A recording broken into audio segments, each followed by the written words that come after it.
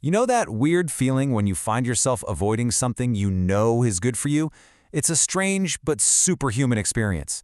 Today, we're going to dive into a really fascinating philosophical puzzle from the Lotus Sutra that gets right to the heart of this conflict. It's called the Bodhisattva's Dilemma. So let's just start right here. Why? Why are we sometimes scared of the very things that could help us? It sounds kind of backward, doesn't it? But if you really think about it, haven't you ever hesitated before taking a new job or starting a healthier habit? This fear of the good is, it turns out, a very old story. And this isn't some new pop psychology idea. It's right here in this ancient text, the Lotus Sutra. It basically says that people are often afraid of gaining great wisdom. And that's the real puzzle we're looking at. Why would anyone fear something that's supposed to set them free? That brings us right into our first part, where we're going to explore this whole idea of the fear of the light, our strange attachment to our own struggles. Well, according to the source, the root of this fear is how attached we get to our own delusions.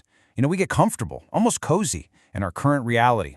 We know our habits, we know our particular brand of suffering. It's our comfort zone, even if it's, well, not very comfortable. And this right here shows the paradox perfectly. On one side, you've got your known suffering. It's not great, but hey, it's familiar, it's predictable. And in a weird way, that feels safe. But on the other side, you've got this great wisdom. It's unknown, it's different. And our brain just translates that into scary. It's like we'd rather stick with the devil we know. Okay, so if people are literally afraid of wisdom, how in the world do you help them? This is where the story gets really clever and introduces an incredible solution: the compassionate disguise.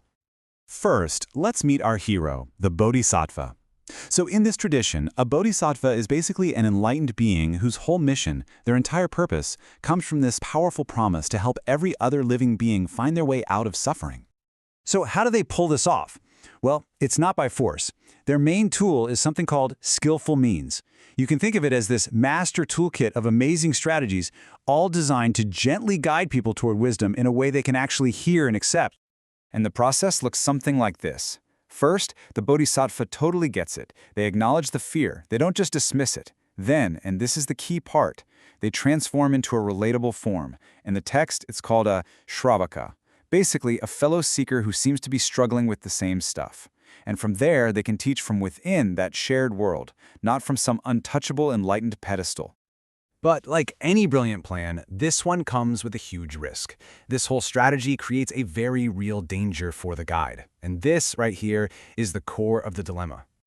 See, to make this work, the Bodhisattva has to become an actor. And we're not talking about just faking it. They have to fully inhabit the role of someone who's confused, someone who's struggling, for it to be believable, for it to actually help. And the stage for this performance? It's our world. This world full of conflict and confusion and suffering. They step right onto it, willingly, to play a part for everyone else's benefit. And here's the twist. Here's the danger.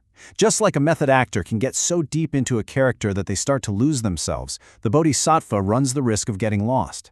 They can get so tangled up in the delusion they've adopted that they forget who they really are and what their mission was in the first place. So, what's to stop them from getting permanently lost in character? Luckily, the story gives us a safeguard, a way for them to remember who they truly are. This safeguard is called the wonderful Dharma.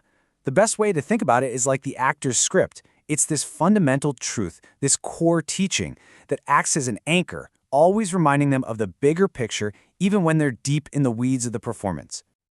So this script does three absolutely critical things. It constantly brings them back to their original vow. It helps them remember their true enlightened nature. And most importantly, it makes sure that the ultimate goal, to help everyone, is never, ever forgotten.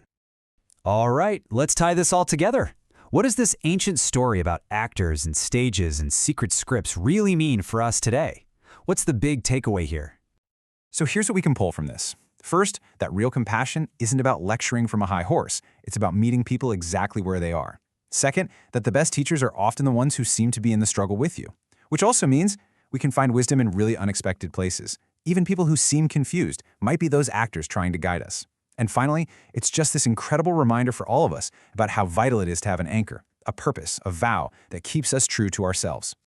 So I'll leave you with this question to chew on. When have you been the actor? When have you ever met someone on their level, simplified a really complex truth, or entered someone else's world, not to trick them, but to genuinely help them find their way. It's a powerful thing to think about.